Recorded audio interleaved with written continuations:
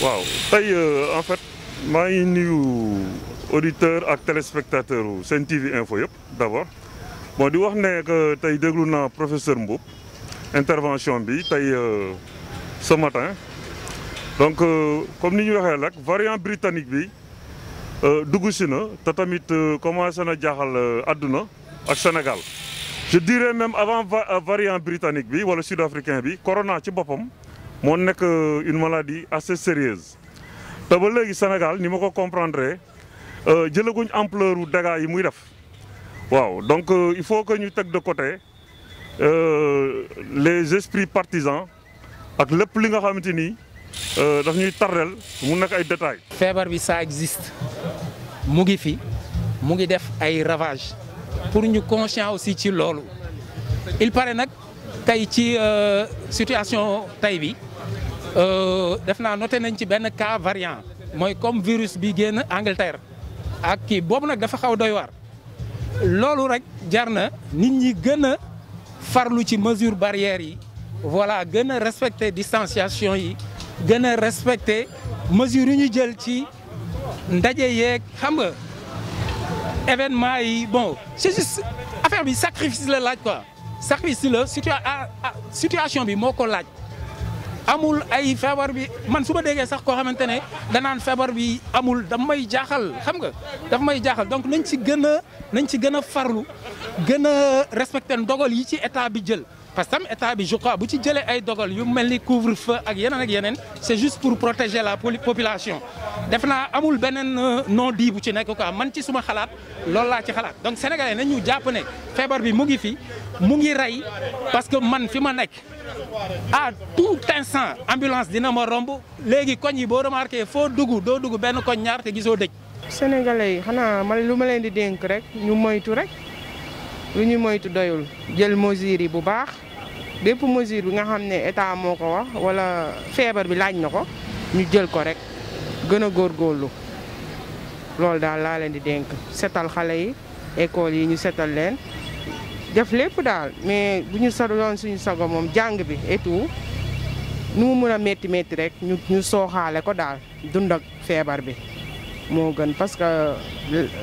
bee passé xale yi tardé woon nañ vraiment seen jàng yeeg yëpp perturbé wu bii moom wax dëgg yàlla mesure bu ñu mën a jël rek nañ dimbali suñu njaboot gi ñuy dem di jàngi di wàcc dund ak moom daal xeex ak moom parce que feebar bi tamit set dëgg la dina ko delloo ginnaaw ñaan dina ko delloo ginnaaw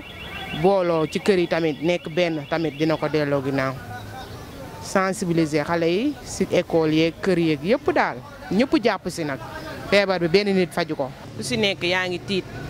di ragal kër goo dem moom la ñuy waxtaanee wax dëgg yàlla ba ñun ñi suñu kër ñëpp ñu ngi jël seen mesure wax dëgg yàlla ñu ngi koy waxtaanee ñu ngi conscient nañ ci trop ku ci nekk ci ñun yaa ngi moytu loo mën di moytuloo sa njaboot di ñaax sa njaboot ñaax sa bopp ñaax ñëpp dëgg yàlla lu ñu mën ñu ngi koy def enquêté wu nañ tiit nañ yokk bu muy yokk chaque fois toujours monsieur le président bi mu ngi def lu mu mën mais saa soo yeewoo ñu ngi ne mu ngi yokk comprendre na te loolu xamuñu lan moo ko waral. booy xool corona bi dee kaay yi ñu ngi dee loolu dafa doy waar quoi ñu ngi dee rek suñu borom mooy rey suñu borom chaque jour dina am ñu dem chaque jour am ñu ñëw fii ku dee yàlla rey du feebar moo la rey de suñu borom moo la jël ku ñëw suñu borom moo la indi. nit ku nekk rek ni nga mel rek ngay génnee foo dem parce que bus mënul yar nit fi ngay liggéeyee mënul a yar. ni nga mel ci sa kër foo dem loolu ngay yóbbu comprendre nga mais ñu ngi góorgóorlu moom vraiment man li ma gis boobu ku ci nekk yaa ngi moytu seen comportement ñu gën ko yokk tamit gën a baaxal rek ba mu gën a baax comprendre nga ñu ngi ci nag mais ñu gën a góorgóorlu rek bu ñu gënee góorgóorlu rek dina baax. affaire bi amul xel ñaar ñun ñëpp xam nañ ni que la maladie existe. donc li ëpp solo te am njëriñ te mën ñu ci génne mooy que les gens essayent de respecter les mesures de barrière yi nag bi ci jiitu mooy takk masque parce que ak masque bi vraiment ak distanciation bi dina permettre ba dina tax ba wax dëgg yàlla tey man su ma amee jàngoro bi duma la ko wàll yow su fekkee protéger nga bi si tegu nag moom mooy di raxasu à chaque fois di utiliser gel yi di raxasu ak saabu soo génnee boo ñëwee sa kër nga raxasu ak saabu ba pare ñu éviter tamit rassemblement yu bëri mais man je pense que ni tey état li mu war a def lépp def ko parce que xëy na bu defoon li mu war a def yëpp du demee nii mu demee parce que tey ñoom ñi ngi privé waa secteur privé bi ñu liggéey normalement mais ñoom tamit utuñu benn solution bu gaaw buy permettre que feebar bi bañ a gën a law ci réew mi vraiment. moi je pense que man tey xëy na am na yenn mesures yoo xamante ni buñ ko jëloon ba pare ñu appliquer ko dinañ permettre sénégalais yi nga xam ne secteur privé lañ nekk ñu liggéey di am luñ dundee en même temps feebar bi wàññeeku. maa ngi lay seen léegi yaa ngi interviewé ay nit mais ils n'ont même pas mis de masque et ça franchement c'est dommage laay wax c'est dommage parce que tey affaire bi tey kenn ku ko jël boo demee yóbbu ko sa kër parce que ñun dañu tàmm dund en famille. est-ce que comprendre baax la ma tubaab yi nga xamante si nii sax ñoom ñoo ñëpp ay moyens fu feebar mi ngi rey bu baax a baax asamaan ñun ñi nga xam ne dañu tàmm teg benn bool ñëpp ñëw tiim ko sa xarit jóge fu la jox la loxo kii naan kaasu ataaya pare nga xele si keneen mu naan tu vois te mënoo xam ñi am feebar bi ak ko xamul ku demul hôpital mënoo xam ndax am nga feebar bi. boo xoolee mesure barrière yi loolu sax mooy dundunu nit comprendre nga parce que ñun dañu tàmm di dajaloo joxe loxo donc loolu lépp c'est trop nice mais bon loolu mooy dundunu nit quoi xam nga loolu mooy dundunu nit quoi et puis tamit feebar baa ngi fi parce que démb rek j'ai fait remarque bi nga xamante ne tey li fi doon jaar ci ambulance actuellement nii dafa gën a multiplier wu donc du coup mënoo ne feebar ba nekku fi feebar baa ngi fi bu baax sax. li ministre bi wax loolu mooy yoon mais actuellement ku amul la fa sës def ku amul li la gënal def la fa sës foog gars yi ñibbi saa yi foog gars yi ñibbi comprendre nga 21h foog mu fekk gars yi seen i kër donc du coup tamit xam nga boo teree gars yi surcharge bi da nga ciy teg dara tamit quoi mais actuellement nii ñoom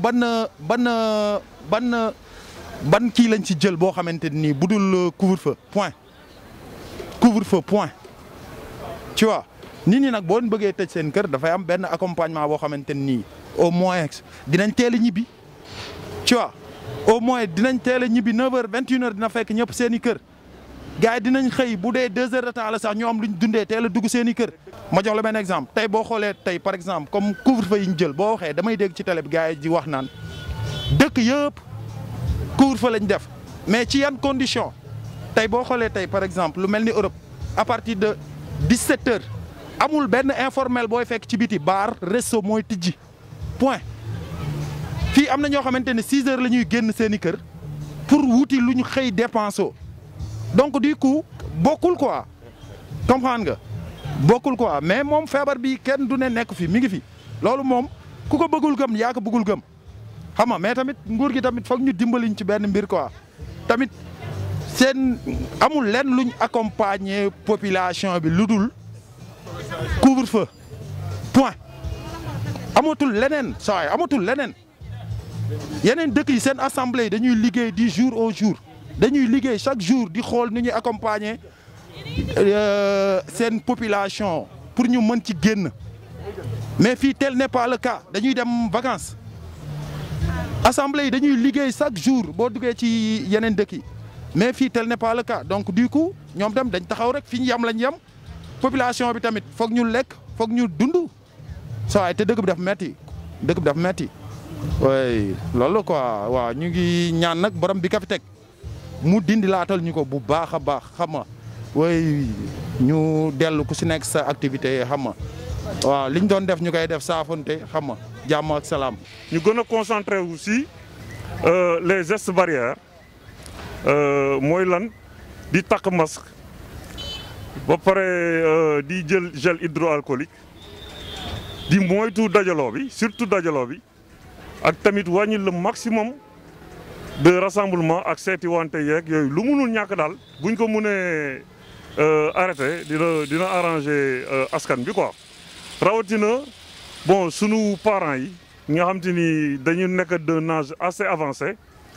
ñu yërëm leen parce que tey ñun mën nañ am peut-être immunité bu assez solide comparé ak ñoom comme ñoom donc seen système de défense bi day faible si ni ma comprendre donc je suis pas un expert de la santé mais dama bëgg a xam ne daal mun nañ gën a def attention quoi pour sauver d'autres vies xam nga donc moytu daf ci am solo voilà le port des masques gel hydroalcoolique bu nekk ci poche yi wala ci liggéeykaay yi ak tamit di éviter les rassemblements waaw baptême moo xam comment dire mariage ak lépp quoi donc def attention quoi waaw lépp daal mën nañ patienter ba ajani lépp tous les événements yi nga xam te ni day drainer monde ñu éviter ko quoi voilà donc suma position loolu la woon ñu gën a surtout sàmm suñu bopp sàmmale mag ñi si kër gi te li ñu wax naan mag mën naa bàyyi si réew tamit bi ñu ne mag bibliothèque la donc kenn bëggul bibliothèque dafa am valeur donc dafa am lu précieux lu ci nekk